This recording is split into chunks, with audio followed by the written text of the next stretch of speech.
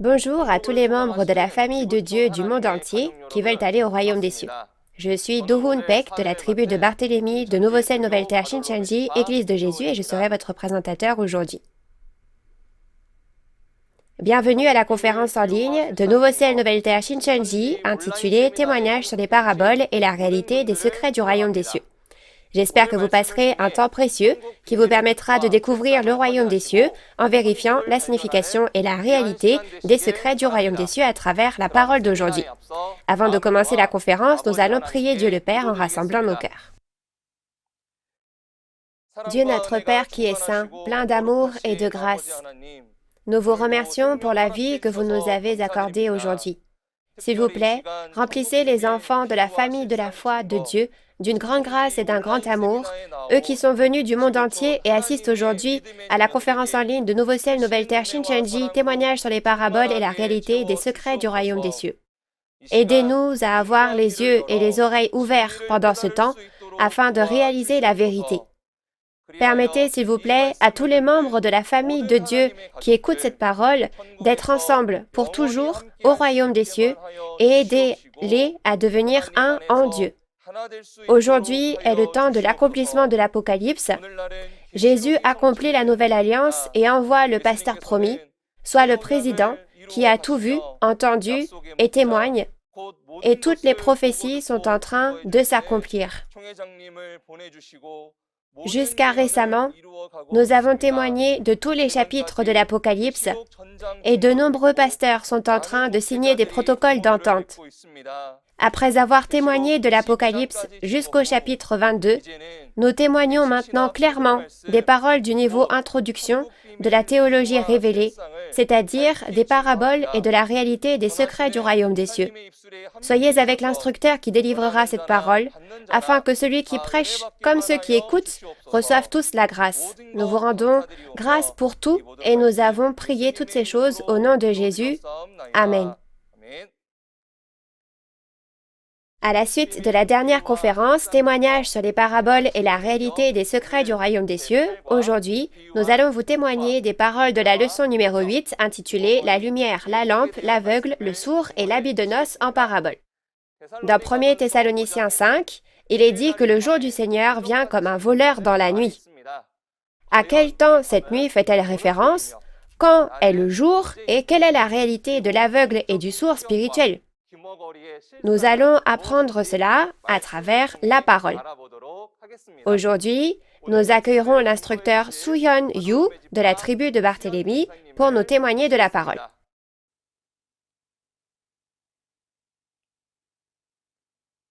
Bonjour, pasteurs, séminaristes et tous les fidèles du monde entier qui placent leur espoir dans le royaume des cieux. Je vous souhaite la bienvenue.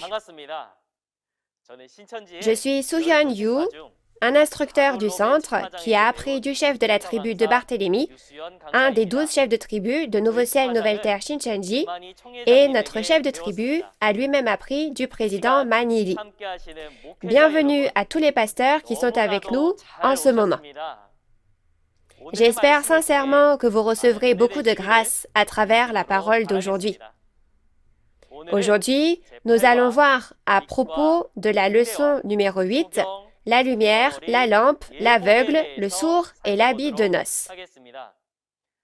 Je pense que les pasteurs connaissent déjà ce contenu. Jésus a parlé en parabole dans les 4 évangiles et dans l'Apocalypse de la Bible. Selon la volonté écrite dans les paroles de Dieu, il a parlé en parabole. Comme vous le savez, ces choses sont spirituelles et ne sont pas à prendre au pied de la lettre. Voyons cela ensemble aujourd'hui. Avant de commencer la conférence, examinons d'abord le véritable sens des paraboles du royaume des cieux. La lumière est la parole de vie. La lampe est l'esprit et la personne de devoir.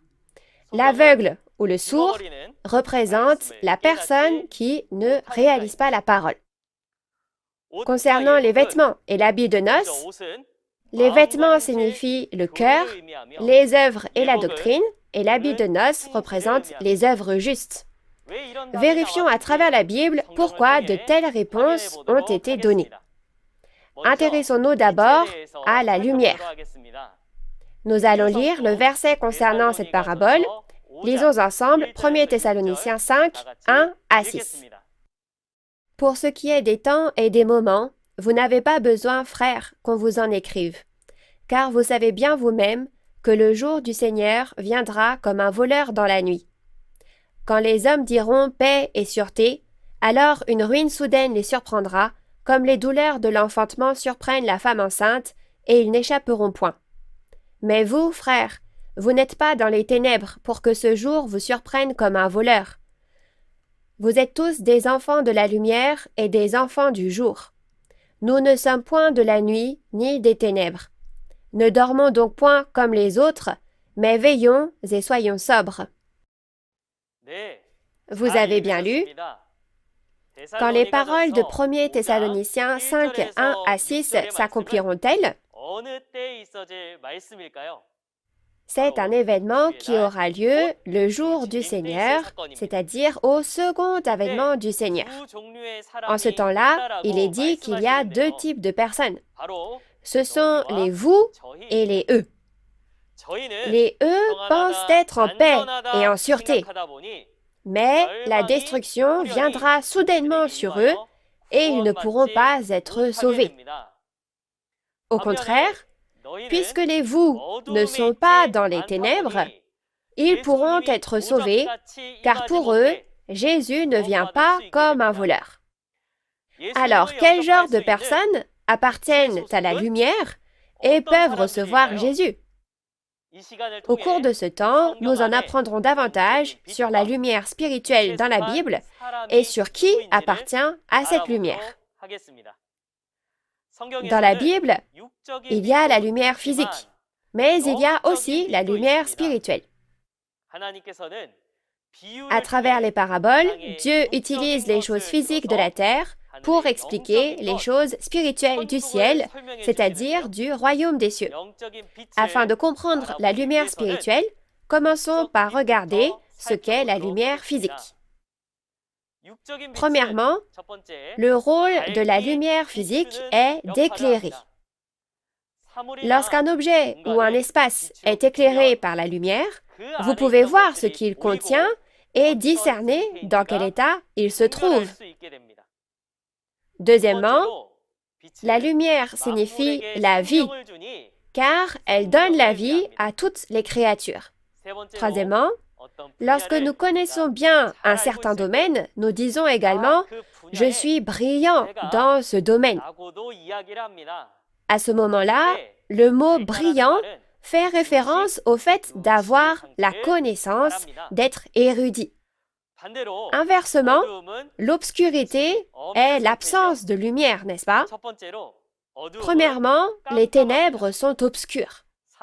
Dans l'obscurité, il devient impossible de discerner dans quel état se trouve un objet ou un espace. Deuxièmement, si les créatures ne reçoivent pas la lumière, elles meurent. L'obscurité signifie donc la mort. Troisièmement, lorsque quelqu'un est ignorant, inculte, on utilise également l'expression « Ah, ce n'est pas une lumière ». Cela fait référence à l'état d'ignorance.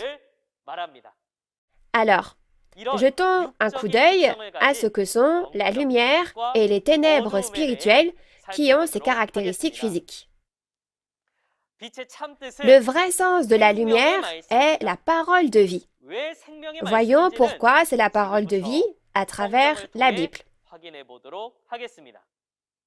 Dans Jean 1, versets 1 à 5, nous avons vu qu'au commencement, la parole était Dieu.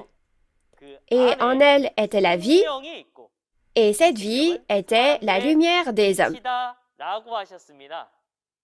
Cette parole de vie est la lumière spirituelle, n'est-ce pas? Inversement, les ténèbres spirituelles représentent l'absence de parole de vie. On peut donc appeler cela l'ignorance, le fait d'être sans parole. Par conséquent, la lumière spirituelle est la parole de vie, Et les ténèbres spirituelles sont donc l'ignorance, c'est le fait d'être sans la parole.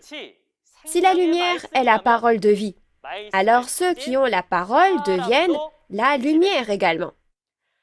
Dans Jean 12, verset 46, Jésus a dit qu'il est la lumière du monde. Jésus, qui a reçu la parole de vie de Dieu il y a 2000 ans, est aussi la lumière alors, n'est-ce pas? Dans Matthieu 5, verset 14, Jésus a dit que ses disciples qui ont reçu sa parole étaient également la lumière. En résumé, la lumière signifie la parole de vie et la personne qui a la parole. Dans la Bible, que se passe-t-il lorsque la lumière apparaît? Pour voir ce qui se passe lorsque la lumière apparaît, il faut se rendre à l'endroit où la lumière est apparue pour la première fois. Où la lumière apparaît-elle pour la première fois? Oui, c'est ça, dans Genèse chapitre 1. Comme nous le voyons dans Genèse chapitre 1, versets 1 à 5, Dieu crée la lumière le premier jour. Avant la création de la lumière, le ciel et la terre étaient dans les ténèbres, n'est-ce pas? Lorsque Dieu a créé la lumière et les ténèbres ont été divisées, et le jour et la nuit ont été créés. De ce point de vue, la lumière est le standard de distinction pour diviser la lumière et les ténèbres. Et elle sert de point de départ où le jour et la nuit commencent. Vérifions à travers les prophéties qu'est-ce que la lumière spirituelle qui fait ces choses. Si l'on regarde la prophétie de l'Ancien Testament, Ésaïe 9, 1 à 2, ou Ésaïe 8, verset 23 à Ésaïe 9, verset 1 en fonction des versions, il est dit que la Galilée sera couverte de gloire et que le peuple qui marchait dans les ténèbres verra une grande lumière. Quelle était cette lumière qui est apparue en Galilée à l'époque? Les prophéties de l'Ancien Testament se sont accomplies au premier avènement, donc c'est au premier avènement que l'on peut savoir ce qu'est cette lumière lorsque les prophéties s'accomplissent. Si vous regardez dans Matthieu 4, 12 à 17, Jésus commence à prêcher pour la première fois en Galilée. Et il est dit que le fait que Jésus soit venu indique l'accomplissement de la prophétie d'Ésaïe chapitre 9. La lumière qui devait apparaître en Galilée était donc Jésus, n'est-ce pas? Parce que Jésus, la lumière, est venu sur cette terre, c'est le jour spirituel. C'est pourquoi, dans Jean chapitre 9, versets 4 à 5, il est dit que lorsque Jésus est venu au premier avènement, c'était le jour. Puisque Jésus, la lumière, est apparu au premier avènement, qu'est-ce qui, comme dans Genèse 1, sera divisé? La lumière et les ténèbres. Si nous regardons Jean 3, versets 18 à 21, lorsque Jésus a prêché la parole, les disciples ont cru en ces paroles et sont sortis du judaïsme pour venir à Jésus et sont donc devenus des personnes appartenant à la lumière. Cependant, ceux qui n'ont pas cru aux paroles de Jésus et ne sont pas venus à Jésus appartenaient finalement aux ténèbres. Ainsi, la lumière et les ténèbres ont été divisées au sein même du judaïsme qui croyait en Dieu, n'est-ce pas? Pourquoi les Juifs ne sont-ils pas venus à Jésus au premier avènement? Parce que leurs œuvres étant mauvaises, ils aimaient davantage les ténèbres. C'est ce qui est dit dans Jean chapitre 1, versets 1 à 5. La lumière luit dans les ténèbres, et les ténèbres ne l'ont pas réalisé. Cela signifie que Jésus, qui était la lumière, a prêché la parole aux Juifs au premier avènement, mais ils n'ont pas réalisé. Voici une chose à laquelle nous devons réfléchir. Les Juifs étaient-ils des personnes qui n'avaient jamais lu la Bible? Ils avaient lu la Bible, mais aux yeux de Dieu, Ils étaient dans l'ignorance, ils étaient sans la parole, c'est-à-dire qu'ils étaient dans les ténèbres. Alors, les Juifs ne connaissaient-ils pas l'histoire? Ne connaissaient-ils pas les paroles d'instruction? En regardant Psaume 119, verset 130, il est dit « La révélation, l'ouverture de tes paroles est claire, elle donne de l'intelligence aux simples. » Cela signifie que la parole ouverte est comme la lumière qui éclaire les simples, soit les personnes ignorantes qui sont dans les ténèbres. La parole qui annonce que les prophéties et l'accomplissement physique de l'Ancien Testament sont ouverts était la lumière. Ceux qui n'ont pas réalisé cette parole révélée étaient donc les ténèbres. Quand la lumière vient, c'est le jour, et quand la lumière s'en va, la nuit vient. Dans la Bible aussi, il y a le jour et la nuit. Découvrons la signification du jour et de la nuit. Au premier avènement, étant donné que Jésus, qui est comme la lumière, est venu, c'était le jour. Avant que Jésus ne vienne sur cette terre, n'était-ce donc pas la nuit? En regardant Ésaïe chapitre 29, nous voyons que cette vision de Dieu, soit la prophétie de l'Ancien Testament, était scellée. Puisqu'elle était scellée en parabole, personne n'en connaissait la signification, n'est-ce pas? Par conséquent, ni ceux qui savent lire, les savants, ni ceux qui ne savent pas lire, les ignorants, ne pouvaient comprendre la volonté de Dieu, même s'ils lisaient cette prophétie. Puisque personne ne connaissait la volonté de Dieu sur cette terre, le monde était dans la nuit spirituelle. Au milieu de cette nuit, Jésus est venu sur cette terre il y a 2000 ans et a accompli les prophéties de l'Ancien Testament qui étaient scellées en paraboles, révélant leur signification et leur réalité. Ainsi, au premier avènement de Jésus, c'était le jour spirituel, n'est-ce pas? Après cela, Jésus est monté au ciel.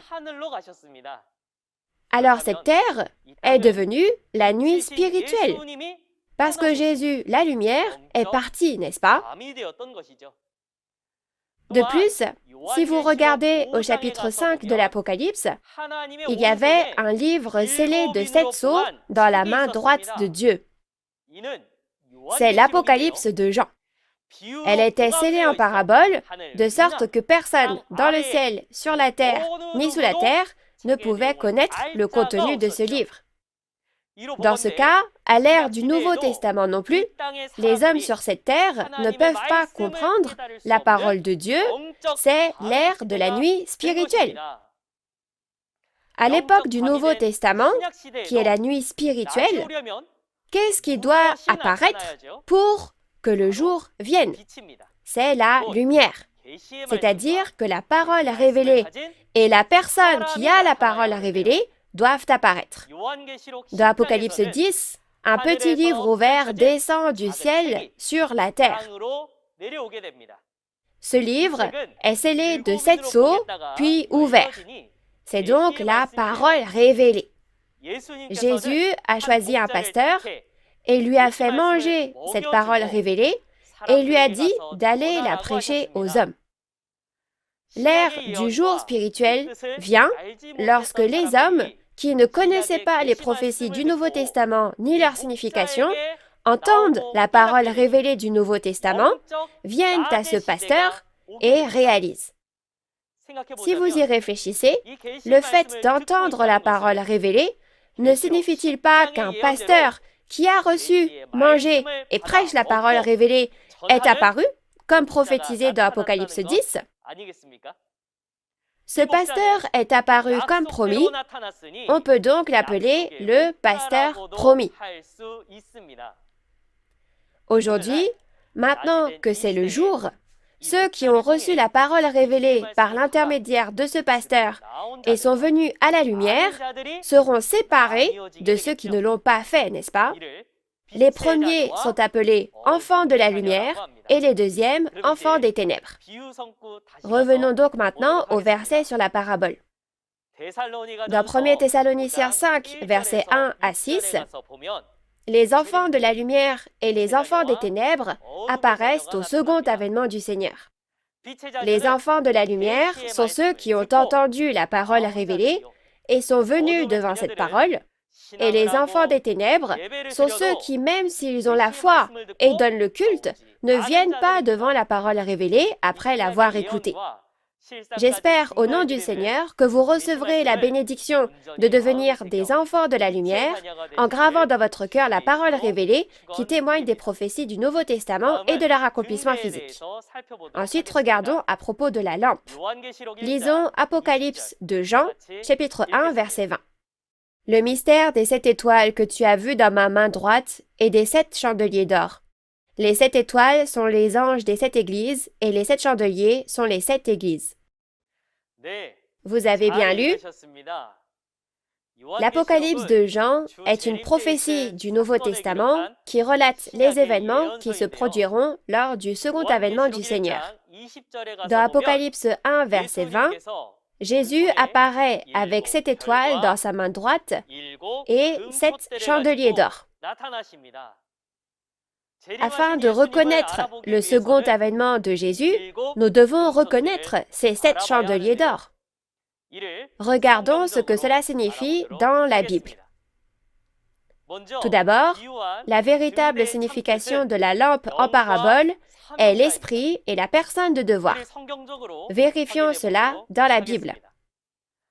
Dans la Bible, il y a des lampes physiques, mais il y a aussi des lampes spirituelles. Examinons d'abord les caractéristiques d'une lampe physique. La lampe physique sert à éclairer les ténèbres jusqu'à ce que la lumière vienne. Jetons un coup d'œil à la lampe et au chandelier en parabole qui ont de telles caractéristiques. Les 7 lampes d'or, soit 7 chandeliers d'or, commencent avec le tabernacle que Moïse a construit il y a environ 3500 ans. Si nous regardons dans Exode 25, 8 à 9, Dieu ordonne à Moïse de construire un tabernacle pour pouvoir demeurer sur cette terre. Il a été construit sur cette terre selon ce que Dieu a montré. À l'intérieur de ce tabernacle, il y avait une lampe, soit un chandelier. Si vous lisez Exode 27, versets 20 à 21, il est dit d'allumer ce chandelier avec de l'huile d'olive. Et Dieu a dit de le garder allumé du soir au matin. Dans ce cas, lorsque la lumière apparaît, alors la lampe s'éteint, n'est-ce pas? De plus, Dieu a commandé d'observer cela comme une ordonnance éternelle. Ce tabernacle et cette lampe allumée sont également mentionnés dans Hébreux chapitre 9. Dans Hébreux chapitre 9, on explique à propos du tabernacle de Moïse. Le tabernacle de Moïse se compose de 2 grandes pièces principales. Cette partie ci-dessous s'appelle le lieu saint, et on l'appelle aussi le premier tabernacle. Et au-dessus, ce lieu ici est appelé le Saint des Saints, soit le tabernacle du témoignage. Dieu est venu sur l'arche de l'Alliance qui se trouvait dans le Saint des Saints. Alors, pour pouvoir rencontrer Dieu, ne faut-il pas traverser le lieu saint et aller jusqu'au Saint des Saints?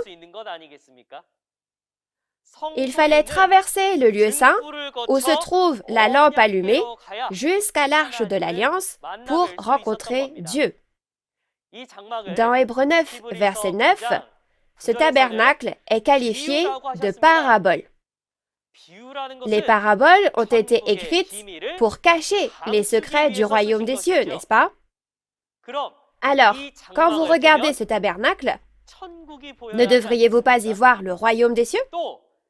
De plus, si nous regardons Hébreux 8, verset 5, il est dit que Moïse a vu les choses dans le ciel et en a construit l'image et l'ombre sur la terre.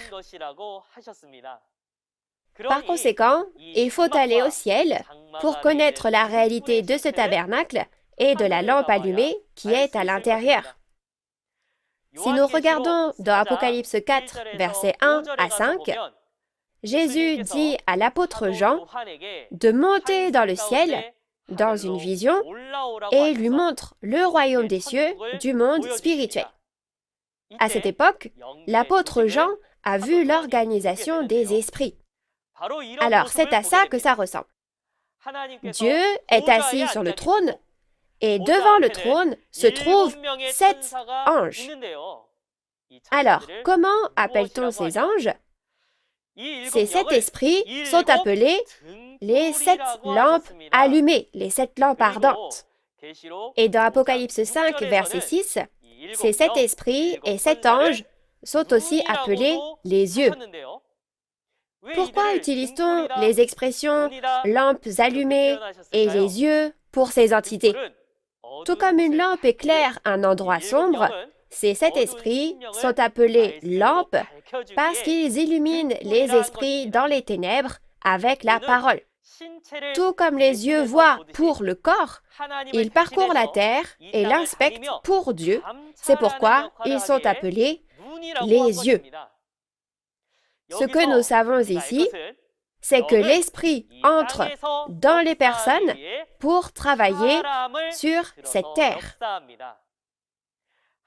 Quand Dieu veut donner la parole aux hommes sur terre, il utilise un pasteur pour prêcher la parole, n'est-ce pas?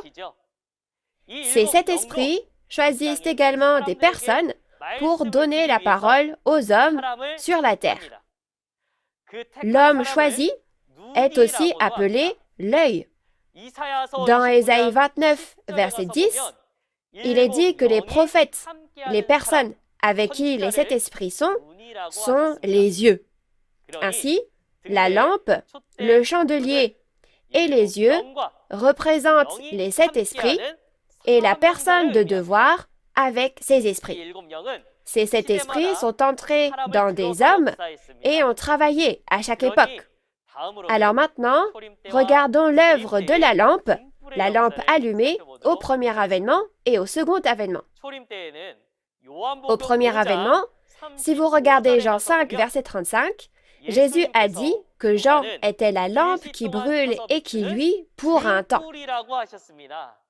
Il a dit que Jean était une lampe allumée parce que les 7 esprits étaient avec lui. Jean-Baptiste jouait le rôle du lieu saint alors, n'est-ce pas? Après que Jean a travaillé, Jésus a travaillé. Jésus a dit dans Jean 5, verset 36, qu'il a un plus grand témoignage que celui de Jean. Alors, si les paroles de Jean sont comme une lampe allumée, le témoignage de Jésus, qui est plus grand, est l'œuvre de la lumière. Et puisque Dieu était avec Jésus, on peut dire que c'est l'œuvre du Saint des Saints.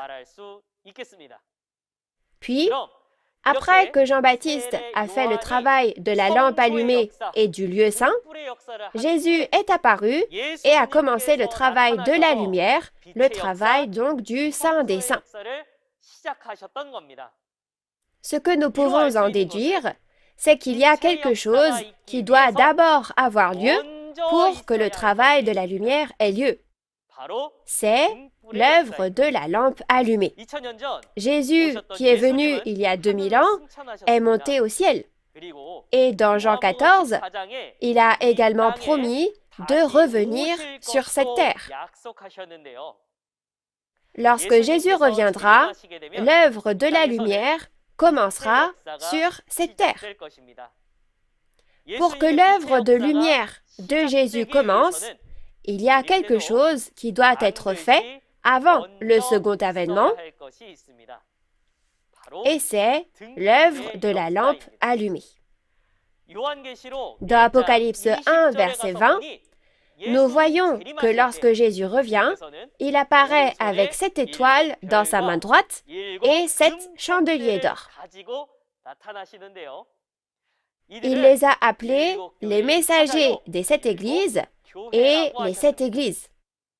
C'est-à-dire que les 7 messagers qui apparaîtront au second avènement du Seigneur apparaîtront à travers l'œuvre de la lampe allumée. L'apparition de ces 7 messagers signifie qu'après leur travail, l'œuvre de la lumière commence.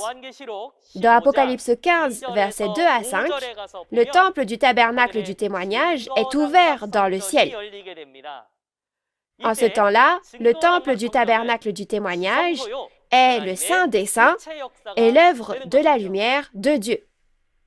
Finalement, l'Apocalypse nous dit qu'après le travail de ces 7 personnes, l'œuvre de la lampe allumée, il y aura de nouveau l'œuvre de la lumière. Alors, si tel est le cas, j'aimerais que nous réfléchissions tous ensemble maintenant. Si cette parole que vous entendez est la parole révélée, la parole de lumière, cela signifie que le travail de la lampe allumée a déjà eu lieu, n'est-ce pas? Alors, ces 7 personnes sont-elles apparues? Elles sont apparues.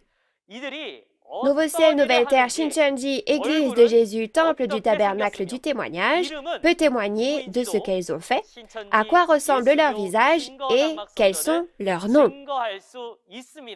Vérifiez ces paroles et j'espère que vous et moi recevrons ainsi la bénédiction de pouvoir participer à cette œuvre de la lumière qui apparaît selon la Bible. Parlons ensuite de l'aveugle et du sourd. Lisons Apocalypse 3, versets 17 à 18. Parce que tu dis, je suis riche, je me suis enrichi, et je n'ai besoin de rien. Et parce que tu ne sais pas que tu es malheureux, misérable, pauvre, aveugle et nu, je te conseille d'acheter de moi de l'or éprouvé par le feu, afin que tu deviennes riche, et des vêtements blancs, afin que tu sois vêtu, et que la honte de ta nudité ne paraisse pas, et un collier pour oindre tes yeux, afin que tu vois. Vous avez bien lu? Les paroles d'Apocalypse 3, versets 17 à 18, sont ce que Jésus a dit à l'ange, soit le messager de l'église de Laodicée. Le messager de l'église de Laodicée pense qu'il est riche et qu'il ne manque de rien.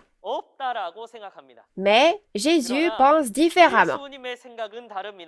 Ce messager ne sait pas qu'il est malheureux, misérable, pauvre, aveugle et nu. Alors, si vous étiez physiquement aveugle, comment pourriez-vous ne pas le savoir? Cela signifie que l'on parle d'un aveugle spirituel. En ce temps-là, Jésus a dit de venir à lui afin d'acheter un collier pour les yeux et de l'appliquer pour qu'il puisse voir. Cet aveugle spirituel ne peut être guéri qu'avec un collier spirituel.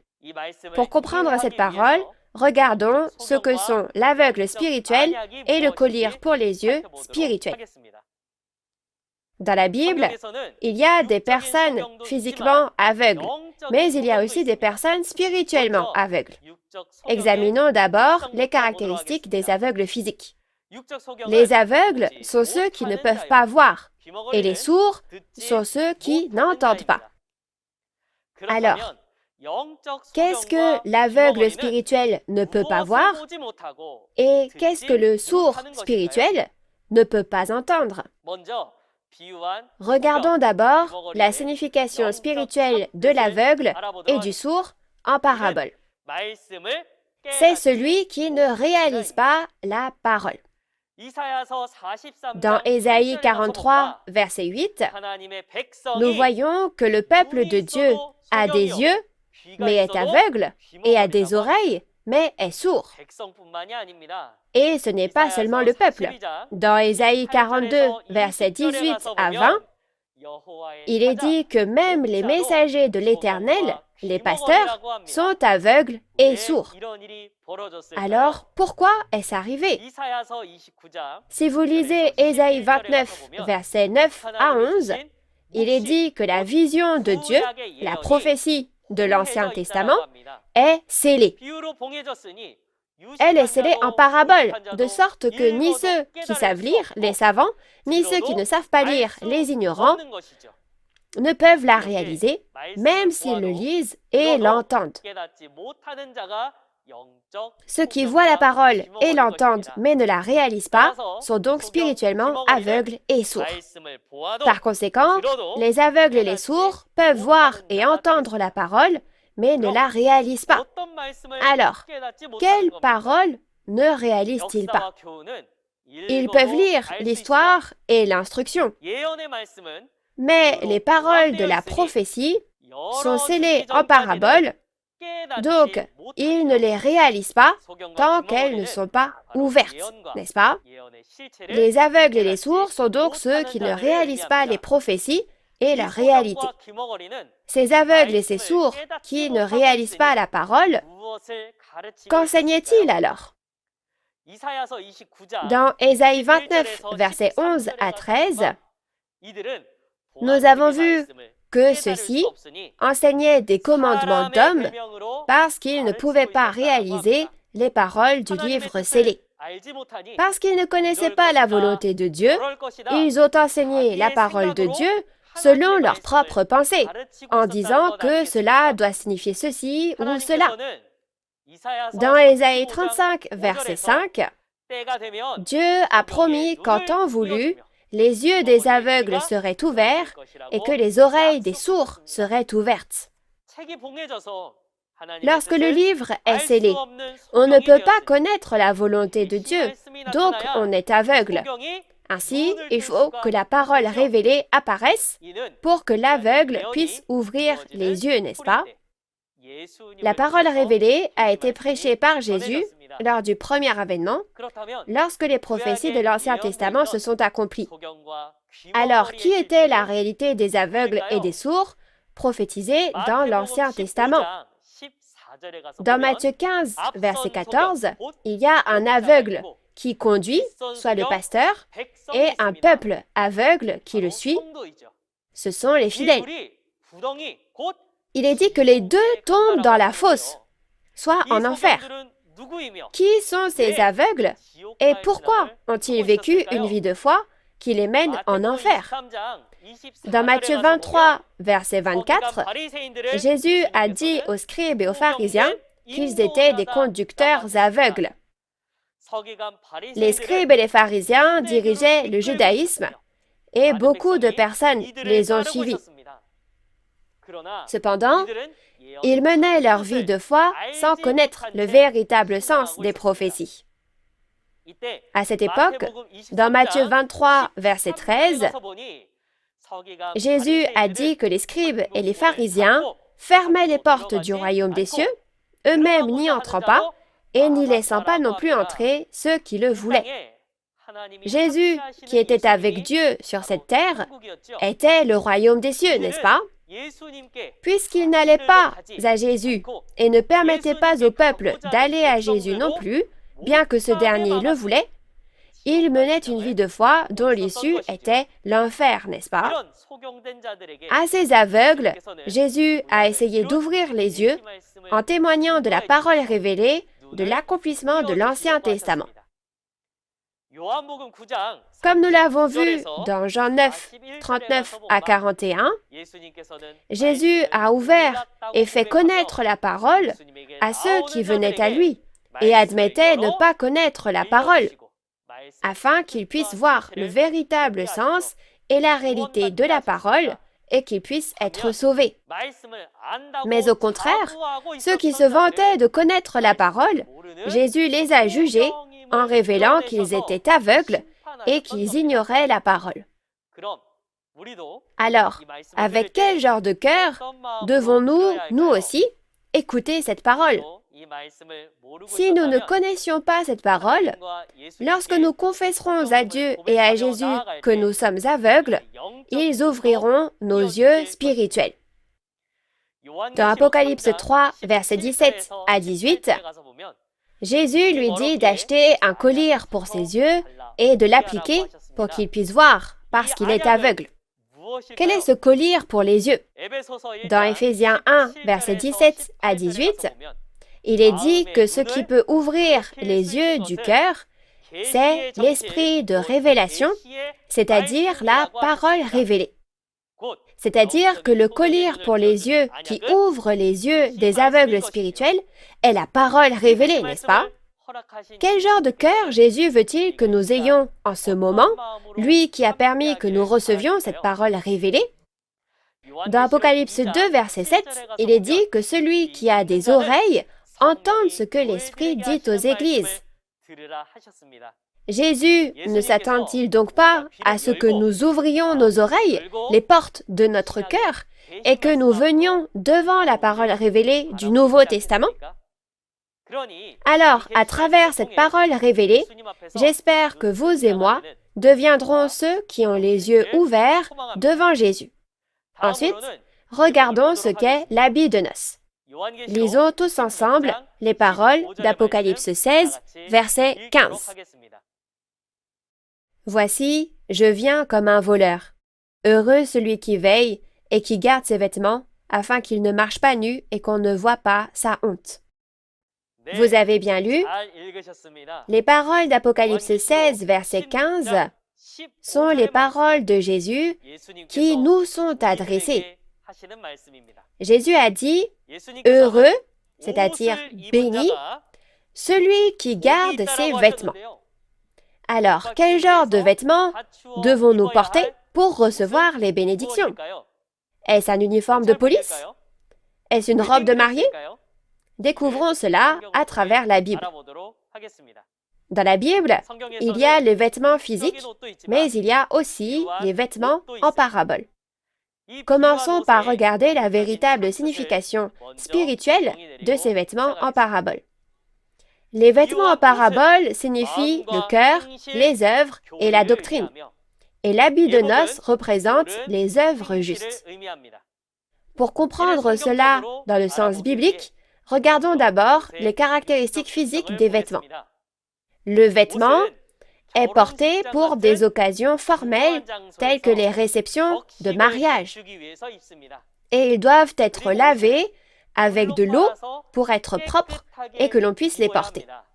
Jetons un coup d'œil aux vêtements spirituels qui ont ces caractéristiques. Premièrement, dans Matthieu 22, versets 1 à 14, il est dit que le royaume des cieux est comme un festin de noces. On dit que même ceux qui viennent au festin de noces seront chassés s'ils ne portent pas d'habits de noces. Même s'ils sont venus au royaume des cieux, ils sont chassés. Alors ne devons-nous pas absolument porter des habits de noces propres? Quel est cet habit de noces spirituel?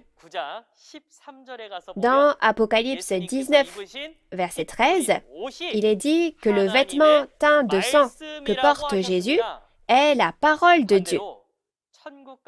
À l'inverse, il y a des vêtements qu'il ne faut jamais porter pour aller au royaume des cieux.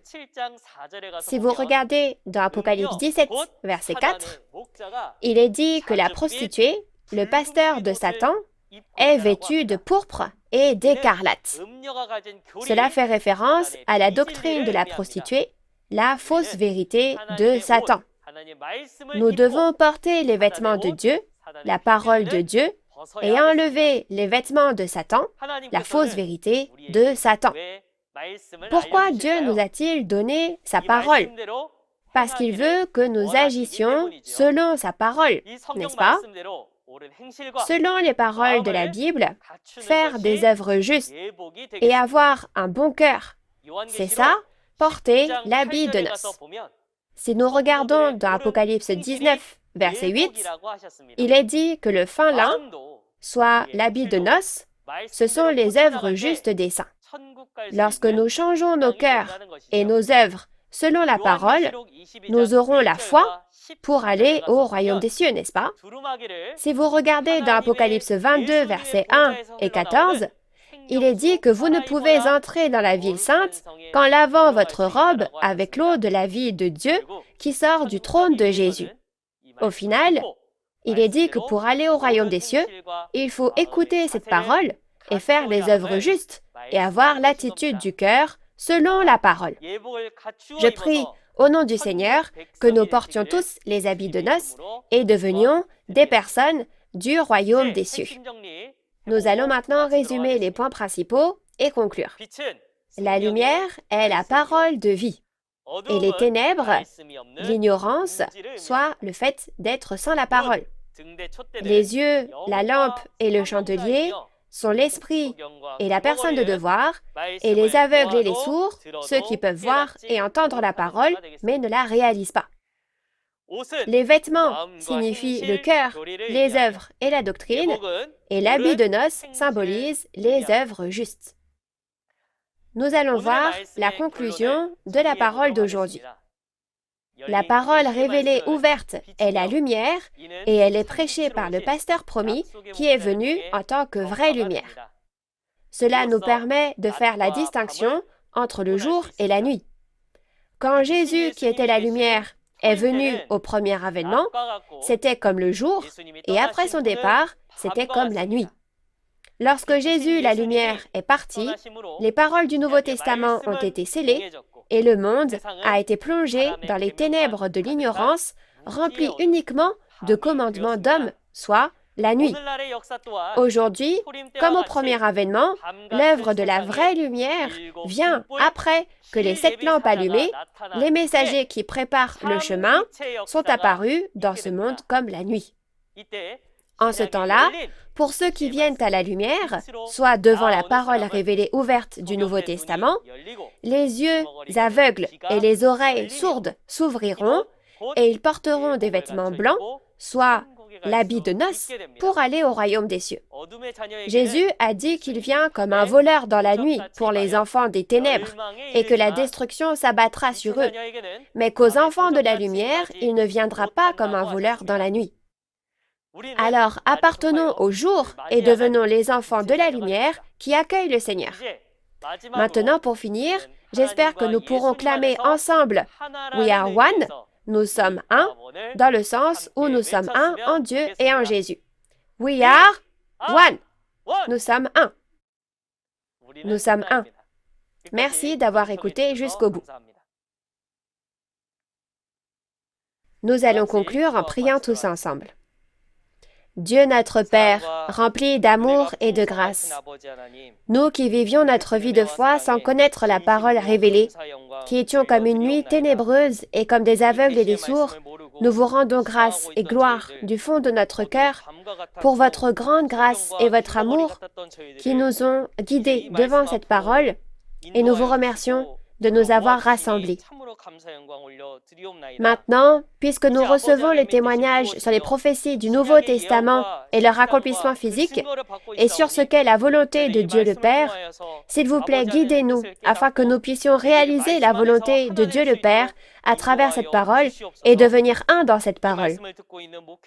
Nous espérons que toute la grâce de Dieu soit avec les pasteurs, les séminaristes et les fidèles qui écoutent cette parole. S'il vous plaît, guidez-nous et aidez-nous afin que nous puissions devenir We are one et avancer en étant We are one dans cette parole. Père, le monde est dans la tribulation et la souffrance à cause du coronavirus en ce moment. S'il vous plaît, guidez-nous et aidez-nous pour que cela se termine le plus tôt possible, afin que Dieu notre Père règne et que nous puissions nous rencontrer et partager cette parole. Nous vous rendons grâce et gloire pour toutes choses et nous avons prié au nom de Jésus-Christ qui est la vie. Amen. Chers auditeurs, que vous vient-il à l'esprit quand vous pensez au trésor? Que pensez-vous que sont les talents d'or dont on parle ici? Le royaume des cieux dans le monde spirituel, où Dieu se trouve, est composé de trésors. Alors jetons un coup d'œil à ce royaume des cieux du monde spirituel composé de trésors. Voyons quel genre de riche va au royaume des cieux et quel genre de riche va en enfer.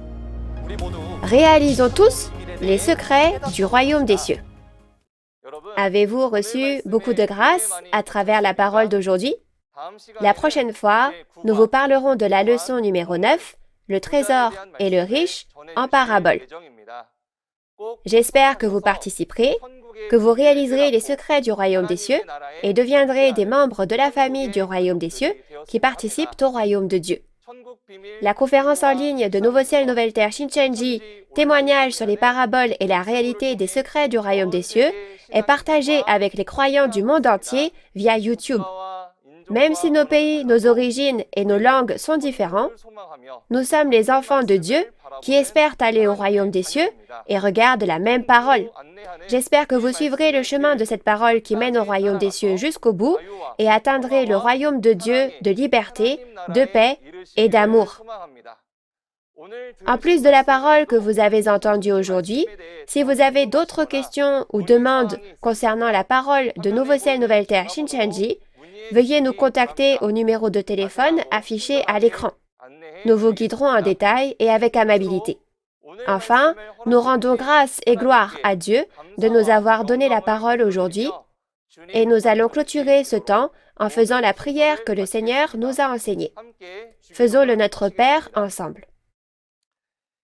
Notre Père qui es aux cieux, que ton nom soit sanctifié, que ton règne vienne, que ta volonté soit faite sur la terre comme au ciel. Donne-nous aujourd'hui notre pain de ce jour. Pardonne-nous nos offenses, comme nous pardonnons aussi à ceux qui nous ont offensés. Et ne nous laisse pas entrer en tentation, mais délivre-nous du mal, car c'est à toi qu'appartiennent le règne, la puissance et la gloire, au siècle des siècles. Amen. Ceci conclut la conférence en ligne de Nouveau Ciel, Nouvelle Terre Shincheonji, témoignage sur les paraboles et la réalité des secrets du royaume des cieux. Merci beaucoup à tous ceux qui ont été avec nous.